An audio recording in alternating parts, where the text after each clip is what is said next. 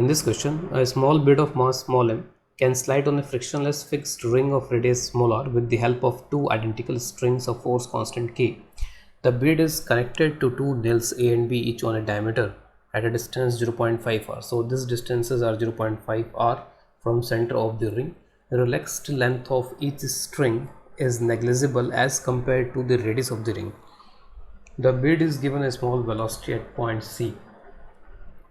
What can you predict about subsequent motion of the bead before any of the string strikes a nail? So we are given some options, and initially this is released from this location.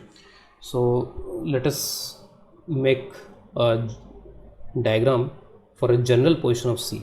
So C अगर किसी general position पे आता है तो उस पर forces किस तरीके से लग रहे हैं. So let us see those forces. So suppose C is given a velocity in the downward direction, and suppose C is somewhere here. These are the two nails, and now this is connecting it like this and this is connecting it like this. तो इस तरीके से ये connections दिखेंगे at a general location of C.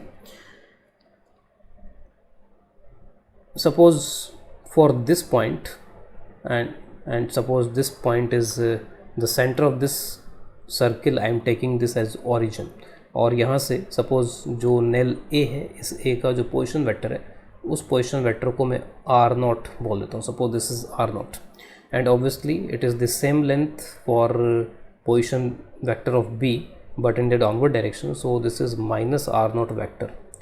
So this is R0 vector and this is minus R0 vector.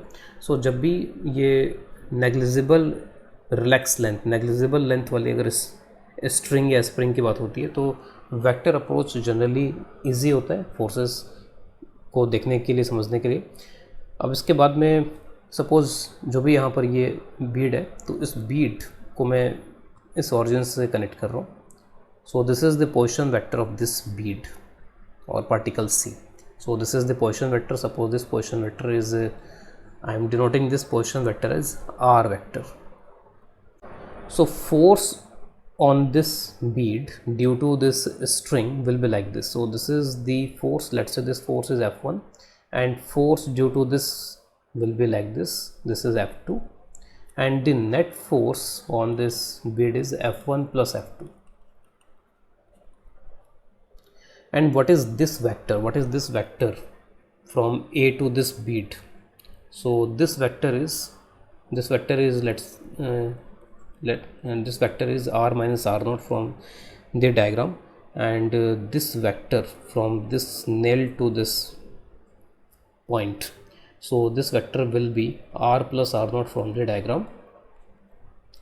So magnitude of this vector will give the length of this string, and because its natural length is 0, so force applied by this string will be equal to k times magnitude of R minus R0. And I can write this force in complete vector format. This force can be written as k times, and since this force is opposite to this vector, okay, so I can write it like this, minus k times R minus R0. So if I am interested in the magnitude of this F1, so I can directly take this mod, and this mod will give me the length of this vector, and length of this vector is the extended length of this string. So this is F1, which is minus k times R minus R0, minus, because this force is opposite to this vector. Now F2 vector is simply again minus k times this vector R plus R0.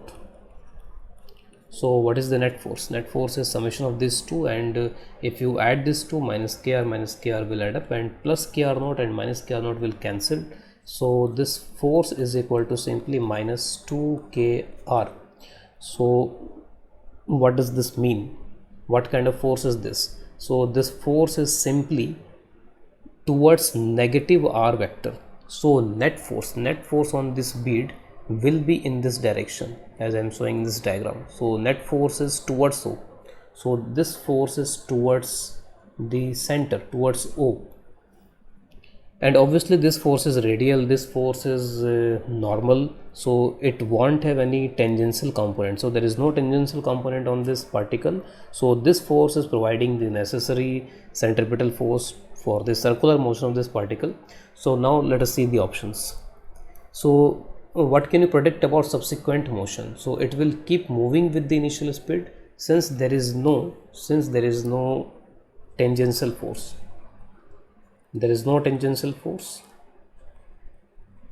That means there is no change in speed, so it will continue with the same speed. So this option is obviously correct. It will oscillate simple harmonically about the point C. So if it is moving with a constant speed, it is a uniform circular motion kind of thing. Okay, so it is a uniform circular motion kind of thing until and unless this string strikes with an L. So it will perform a uniform circular motion till then. So obviously it is not a simple harmonic motion. Its angular momentum about center of the ring is conserved. So it is going to be conserved because the force is acting towards O always, and torque about O is always 0. So L about O is always a constant here. So option C is also correct.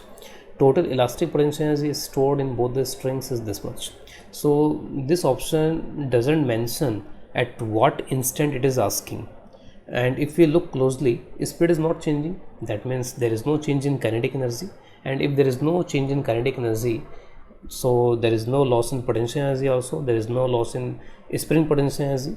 Okay, I am assuming there is no gravity, and it is there is no effect of gravity on the system, because it is not mentioned in this question whether this system is vertical, horizontal, nothing is mentioned. So I am ignoring gravity here. Okay, and if at all there is a gravity, we can assume it is in horizontal plane, and if it is in horizontal plane, then there is no effect of gravity on gravitational potential energy. So spring potential energy will remain constant here, total spring potential energy. So spring potential energy initially we can calculate, and this is the potential energy at all instant. So what is the initial spring potential energy? So initial spring potential energy is first we have to find the extension. So extension, this is r by 2, this is r, so half k into extension square, which is r square plus r square by 4, and multiplied by 2 because there are two strings. So this 2 and this 2 is cancelled. This is 5 by 4, which is 1.25 k r square. So this option is also correct. So correct options are A, C and D.